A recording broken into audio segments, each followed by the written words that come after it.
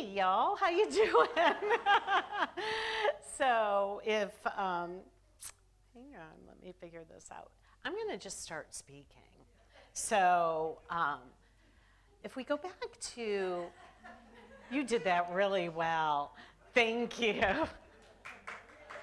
Yay, Lily. Next week, we're going to talk about grace.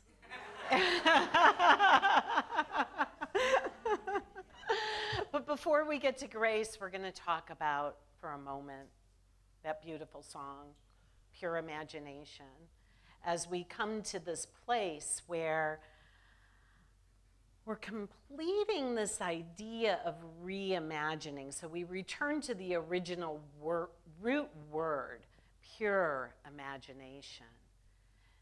And the question for me comes up is, what makes imagination pure? I know for myself that I can go to some pretty scary places in my imagination.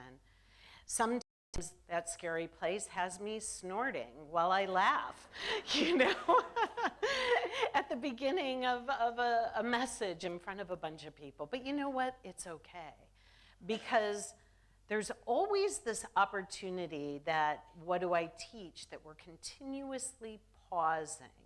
And when we pause, I have been saying, take breath. But now I'm saying, receive the breath that is already there. And with each pause and each breath, that we realign ourselves if we've been unaligned, and we align ourselves with the purity of spirit within us. And that everything is always just a recalibration to this one thing. This one thing being that we turn within, and that everything proceeds from the consciousness from within out, that we are the creators of our experience, and that our thoughts become things. Our thoughts become what outpictures as our experience. This is quintessential New Thought Unity teaching. And so the idea then becomes the as within, so without, but further, as above, so below. And the as above is within us, that God within us, and that we connect there. And from there, we invoke those divine threads that were talked about in our reading, which is that wisdom and that love of spirit that requalifies our separate thinking and brings it into the purity of thought and mind of God, of spirit. And so we begin to think the thoughts of God, which are thoughts of love, which are thoughts of peace, which are thoughts of joy. And here's the thing, our teaching has focused so much on thought, but what precedes thought is imagination. That our words and our thoughts are our attempt to give a vibrational communication to what we're imagining in mind. And so pure imagination then is that which is consecrated to the spirit within. And so from that pure imagination, we then take the sacred threads of that divine love, that divine wisdom, and all of the qualities of our teaching, and we allow it to help us always recalibrate to that purity of mind and spirit, to that centeredness, not to the left, to the past, which is going to worry and go into regret and imaginations about that, and not to the right, which may represent the future, which is concern and fear, perhaps. We're not going to imagine that. Our imagination is consecrated right at the altar of our heart and mind, and that connection in unity with spirit. We then become the sacred threads of the tapestry of awakening that we speak each Sunday as our vision. Each of us necessary, each of us important, each of us a sacred thread of the divine and of love. And we create together that vision and we fulfill that mission.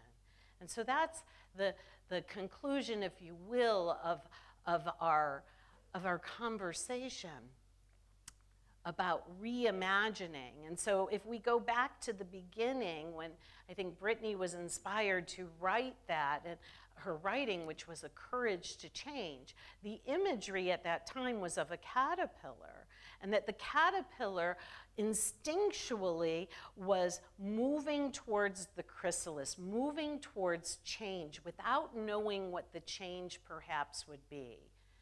And we, in our realm, we too are like that caterpillar that is instinctually moving towards something else. And sometimes we don't think we know what it is. But when we come from the altar of the heart, we are guided by the divine heart that leads us in perfect ways. And so we become willing to let go of our caterpillar self, even though it may feel like a death, because we know something greater awaits us in our transformation.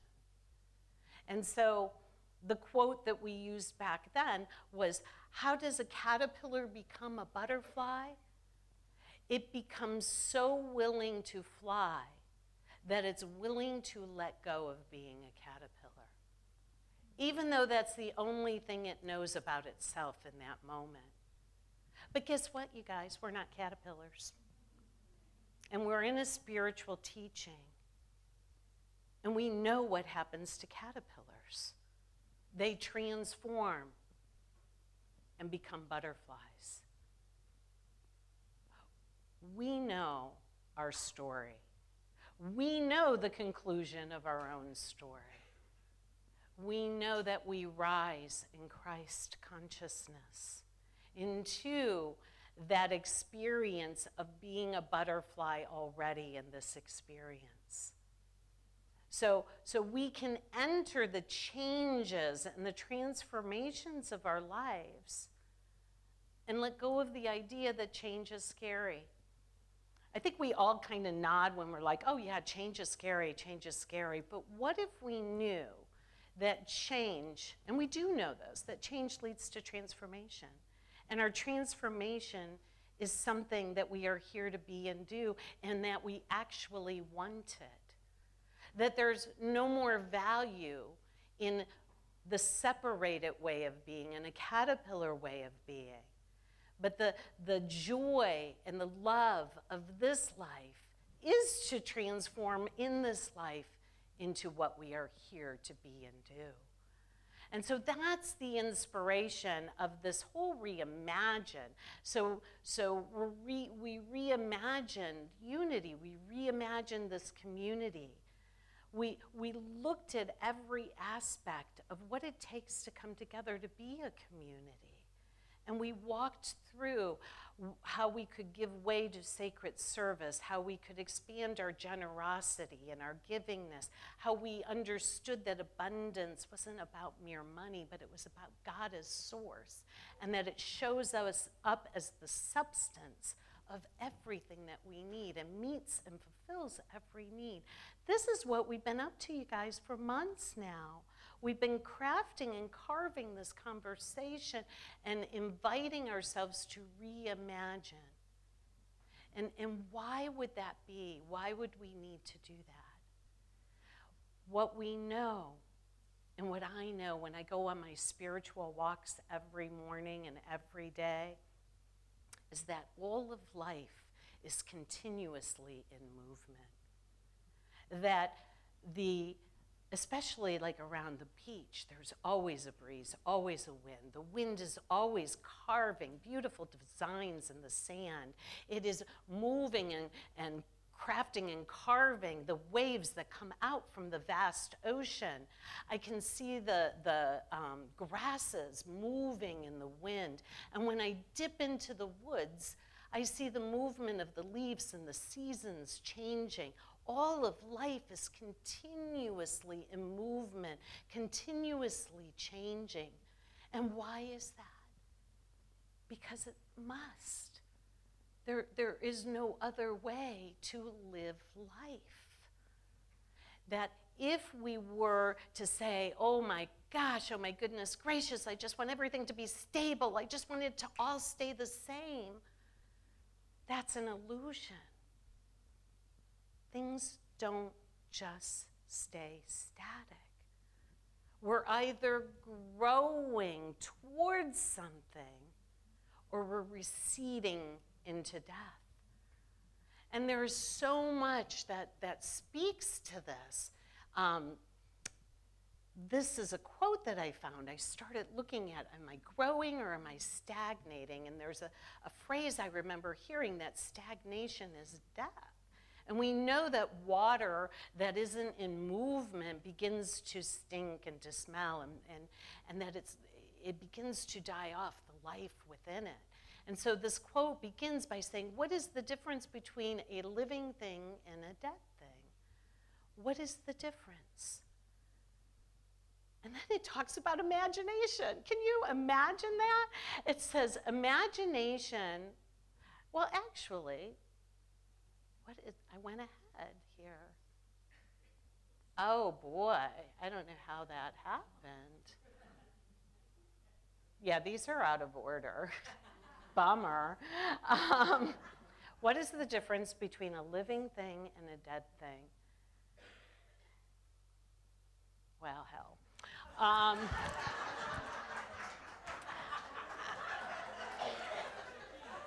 Yeah, I don't know that I even have it written down. I was depending on this. So I'm just going to go through them. They're out of order, but let's see what happens. You know, maybe there's a divine order I know nothing here about. But what is the difference between a living thing and a dead thing? Well, we'll find out in a minute. But let's talk about imagination again. Imagination without clarity is fantasy. And I really like that, because can't you think sometimes, oh, I could just imagine and daydream all day long. But and what good would that be? And so imagination, unless it's married to clarity, is fantasy.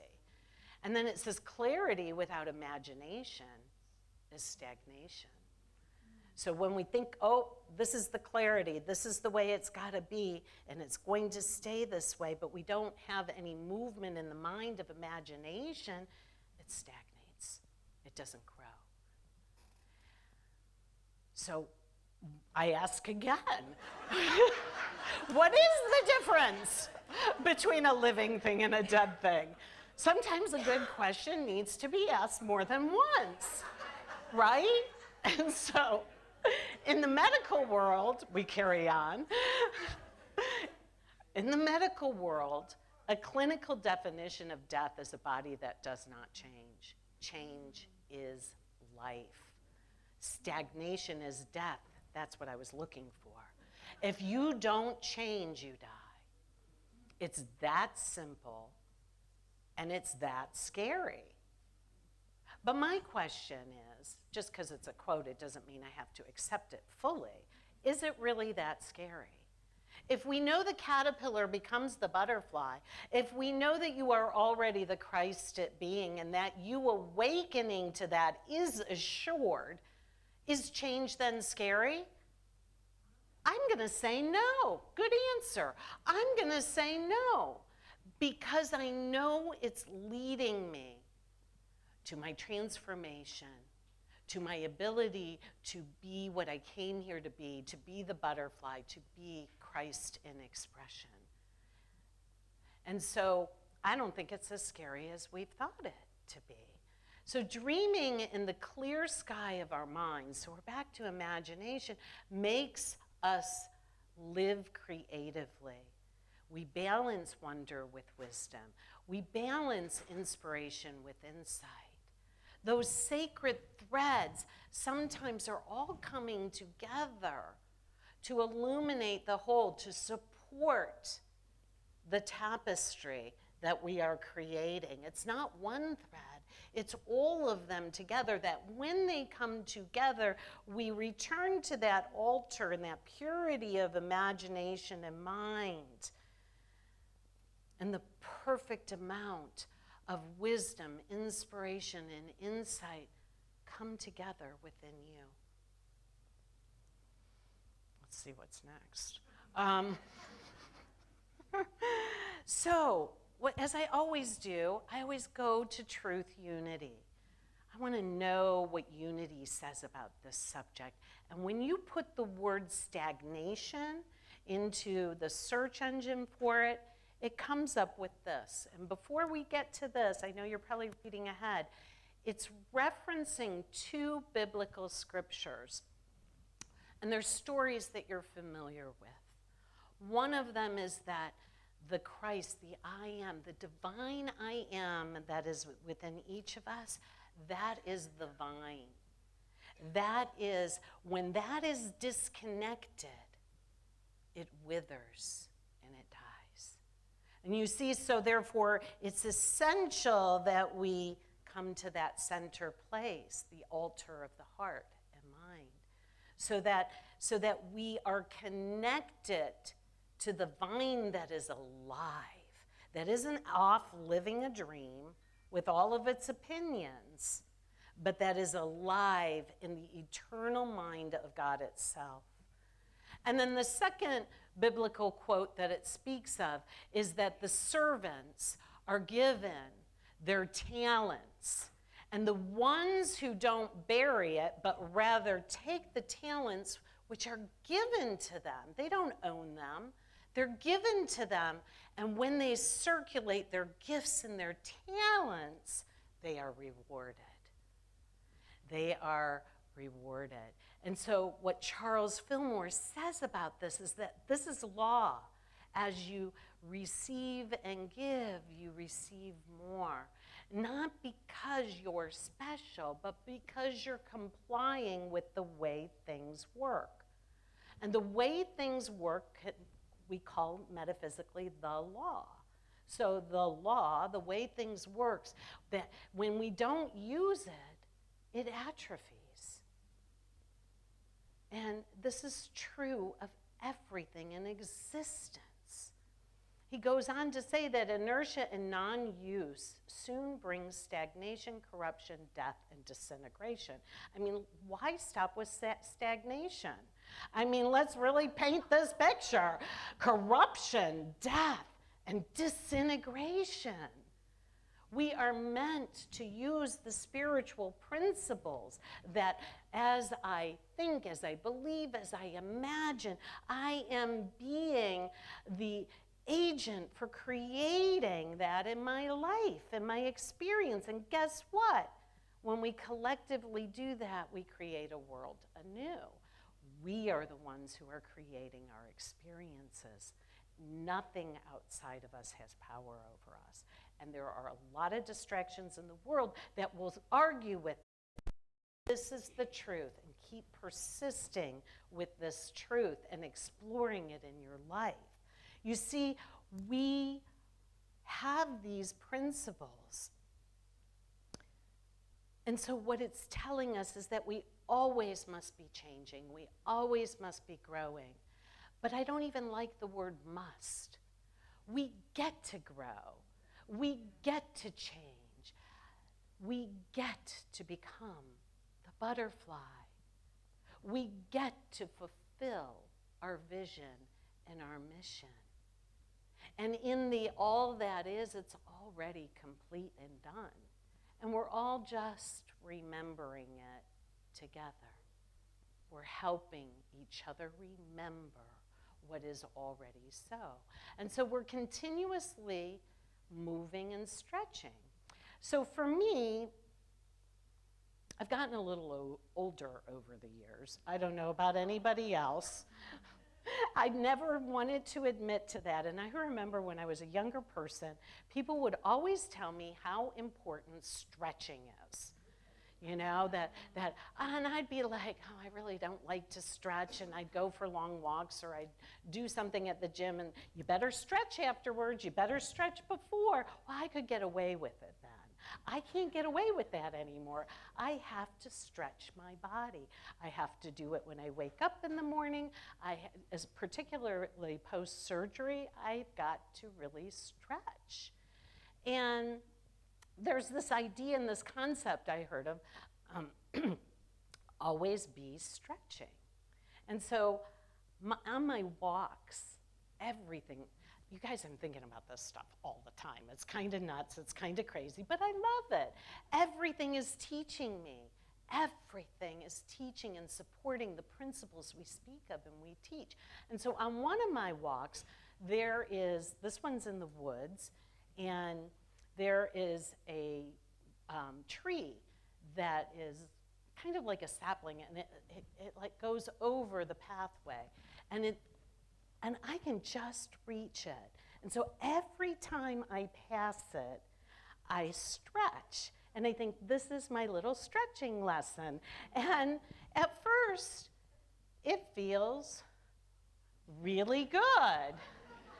It feels really good. I can feel my spine aligning. I can feel my hips balancing, and it feels really good. But then after a while, I don't know if you can see my eyes or my face, I look a little, I'm more like this. It's a little bit more stretched out. And the idea is that we're always stretching and that we consistently do it. And then it's so much more fun when you do it with friends. And so then we always get to be stretching with one another. That's what we're doing here in this spiritual community. We might as well be having fun while we're stretching and moving our spiritual body and mind into a new expression. So this reminded me of our beloved Jolene Zakowski, who a couple of weeks ago led us in having a discussion about Consecration Sunday. And no, we're not going back to Consecration Sunday. However, my question is, what about Consecration Monday, Consecration Tuesday, Consecration Wednesday? Like, it doesn't just end with one day. And I want to acknowledge her and the prosperity team and abundance team for having the courage to bring forth a program that was new and unique to our community and to explore it. And as anything new, you know, beyond a constructive criticism or a constructive feedback as we craft it and make it more our own in the future and evaluate it, if you are really triggered by it, beyond that, there's a healing within you. And that healing within you has nothing to do with the program.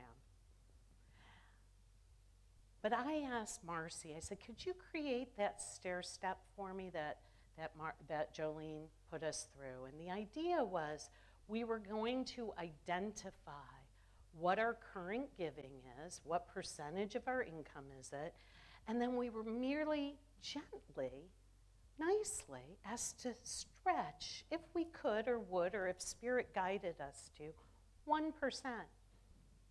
Just a little smidgen, 1%.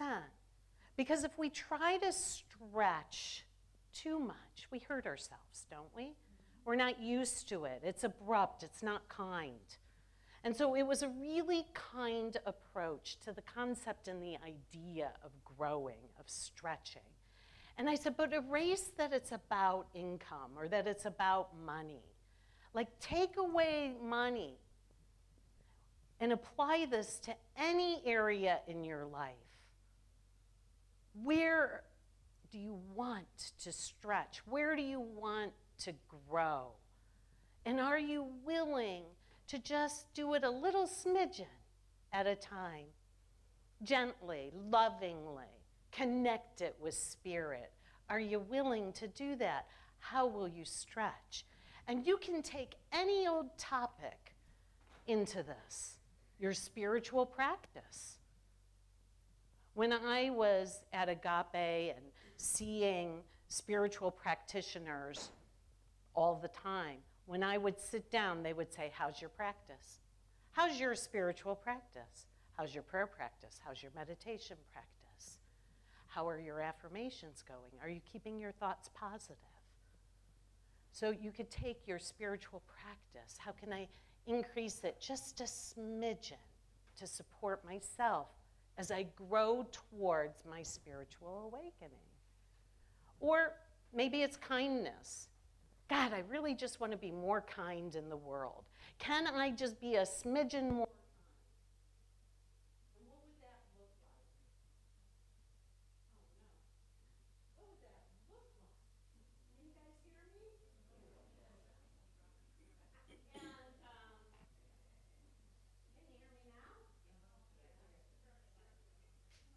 now? Taking a mic. You got me? Got me now.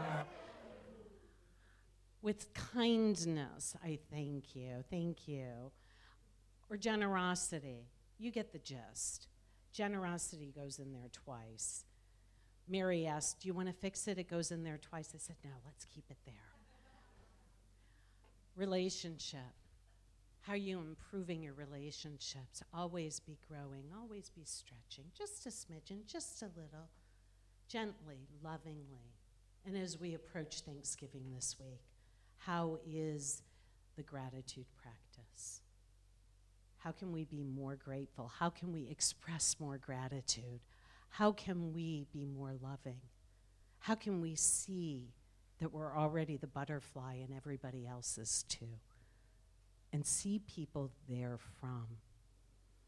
So, I asked Spirit on one of my walks, God, I really want to be like Martin Luther King and be able to say, I've got a dream, and this is what my dream looks like, and paint the picture so beautifully of what our vision and our mission looks like when it's fulfilled. And I closed my eyes, and pictures came to my mind. And the pictures that came to my mind were like the pictures that you see in a picture frame when you buy it in a store. They look really nice, but I don't know who they are. And it looks kind of fake, right? And so these stock pictures came up. Well, this is what it looks like, you know, to be spiritually awake and to be living love, life, peace, joy, and being transformed. And I closed my eyes again because I thought, nah, that's not it. That's not real. And so I closed my eyes. Spirit, just show me. What does our vision and mission look like? What does a spiritually awakened world look like? What do people living from peace, love, and joy look like? What does transformation look like?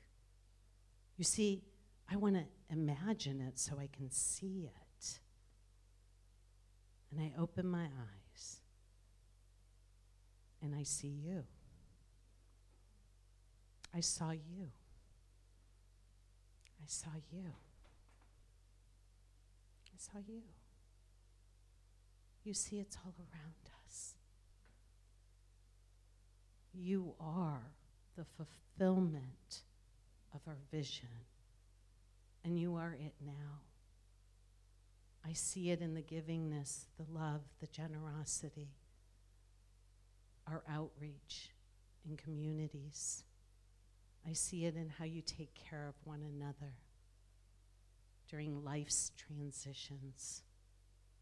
I see it when you hold hands and sing the peace song. It's embedded in my mind. I'm changed forever by the love, the peace, the joy, and all the ways you courageously stretch and transform. And I invite you to look around at your brothers and sisters and see one another as transformed, as love, as the extension of peace, of joy. Because you are it. You are that butterfly, and you already are the Christ in expression. We just forgot.